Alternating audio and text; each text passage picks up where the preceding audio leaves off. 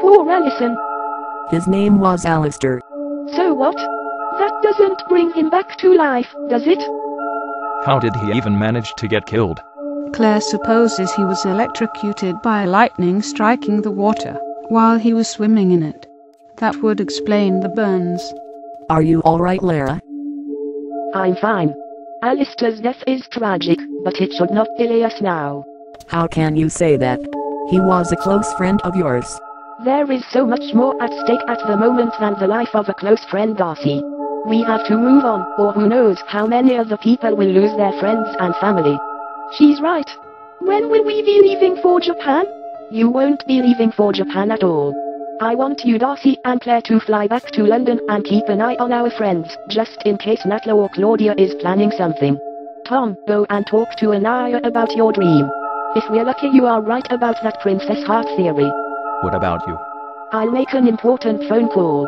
Fortunately, the Baroness is not the only one who has friends in Japan. Shite, I completely forgot about these two. We'll have to tell them about Alistair. They are my friends, leave it to me. You go and do as Lara said. And please don't think badly of her. She only wants to put an end to this before still more of her friends die.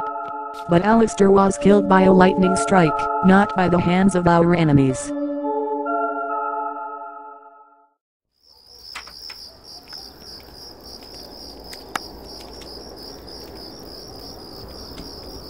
Kate, I've been looking for you. Not now, Ken. We're busy. It's alright. You probably won't see him anymore, so let him say what he needs to say and join us afterwards. We'll be in Claire's room with Anaya. What do you want? Is it so difficult to imagine? I don't know who that Claudia was, and what kind of trouble you're in, and on top of that, you really are a strange woman, but I like that. So I would like to know if you are still keen on repeating last night's interrupted date. Don't take it personally, but since I'm such a strange woman, I have lots of strange issues to take care of, and I won't stay on this island for much longer. That's no problem. You live in London, don't you? So do I. Perfect. If I give you my phone number, what chance do I have of hearing from you again? I'd say let me have a look at your phone number, and I'll tell you. Okay. I don't have my mobile with me. Will you accompany me to my hotel? Wait. You're a friend of Zip and Winston, aren't you? What can I do for you? Just give them my regards when you see them.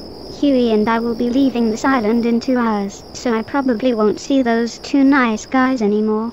Also, I'd like to thank them for last night. Last night? Oh yes, I almost feel like a new person since we did it together. What? You did it? Yes, and I can't even say who was better. In general, Zip was much faster, but Winston was more careful and perfect in subtleties. Sometimes it pays off to be a butler. I don't know where you come from, but in England it usually isn't a butler's job to sexually satisfy their employer. Sexually? Excuse me, what? Weren't you talking about that when you mentioned your threesome? I was talking about Zip and Winston kindly helping me to clean my room last night. I love Huey, but he loses quite a lot of hair, and I did not want to leave the room that way. House cleaning, Kate. That's what the three of them did together last night. Of course. What were you thinking? Anyway, I have to get back to my room and pack my bags. Bye.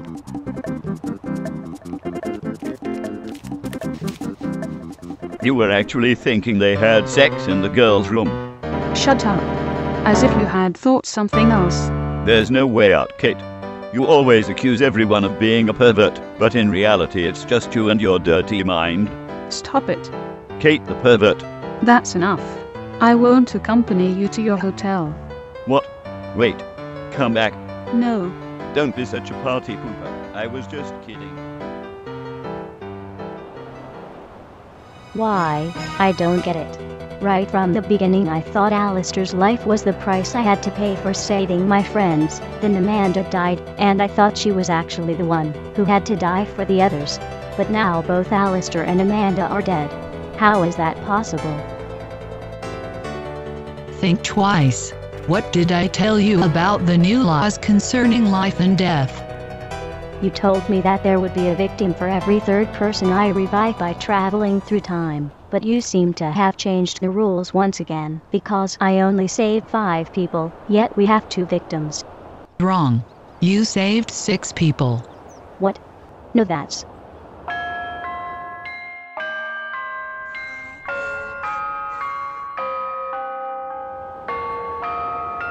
Yes, you saved 6 people.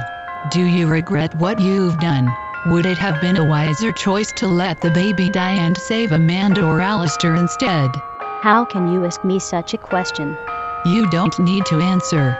Just think about it. And for the future, do no longer interfere with things that are bigger than you. It has to be this way.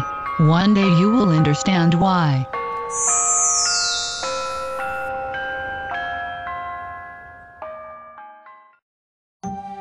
So you've been keeping an eye on the artifacts all afternoon? Yes. And don't worry, no one has attempted to remove them. I need to ask a favor of you, Anaya, although it might sound strange in the beginning. Please touch all the artifacts and tell me how you feel in doing so. You're right. It sounds strange, but I'm sure it will be good for something. Now what? You don't feel anything? No. Tom, don't forget that all the artifacts have to be put together. And the Inferno Stone is still missing. What does that mean? Do you think I am Princess Heart? It is a possibility. Tom had a very promising dream, caused by Claudia's voodoo spell, and you fulfilled the requirements. Don't these requirements include having a blood relative who died and came back to life? Of all my known blood relatives, only my parents, my grandparents, and one of my cousins have died, but none of them has ever come back, at least not to my knowledge. Your day may come. Tell me about that cousin of yours. When did he die? And how? I was very young, about 12 or 13. My cousin was out on a stormy day, and a sharp object was flung into his chest by the violent wind, instantly killing him. I'm sorry. It must have been a horrible sight. I didn't even see it actually, neither did my parents. It was our neighbor who told us. She was just on the way home from the supermarket when she witnessed his death, but the storm was so strong that all she could think of was bringing herself to safety. When the storm was over, my parents left to look for him, but his body was never found. They never found a body? What if he never died at all? If he had not, he would have made contact with us sooner or later. After all, he was just a poor orphan. My parents and I were the only people he had. We assumed that the storm had carried his body far away, into the nearby mountains perhaps, and that's why we never found him. He still got a decent funeral though, albeit it was just an empty casket that was buried. A sad story, but also too ambiguous to be a coincidence. What do you mean? Imagine he didn't die, but was on the verge of death, and had lost his memory when he fully came back to life. That would be enough to fulfill this special requirement, I believe. We need to find out if your cousin is still alive. And if yes, you could really be Princess Heart, Anaya. I think your reaction to the unification of the 4 meteorite shivers would be the most certain proof. We need the Inferno Stone. There's no way around, and for that we'll go to Japan.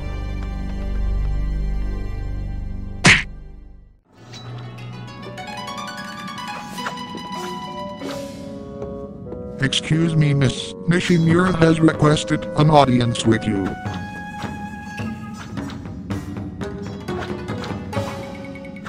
Right, I'll just tell him you'll be there shortly then.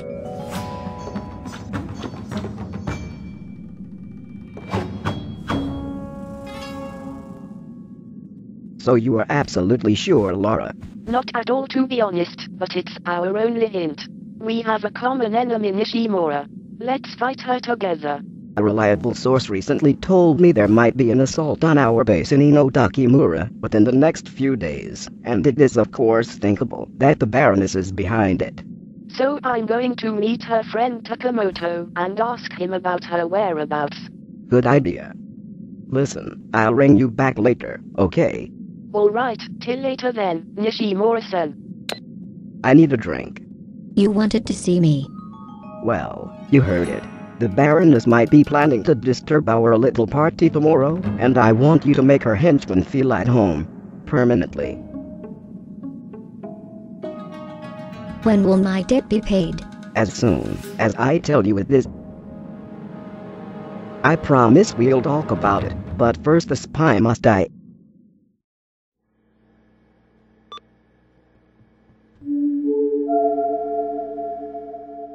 Will he take care of me too? Alistair, I know you like bad boys, but forget about it. Larson is not gay, he was never gay and will never be, and it's the same with Zip. Let's hope I won't puke when I see the shitty face of this stupid bitchy little. Hello Amanda. Nice to see you, how are you? Fine, thanks. And you? Well, everything is better now that I see you. Great.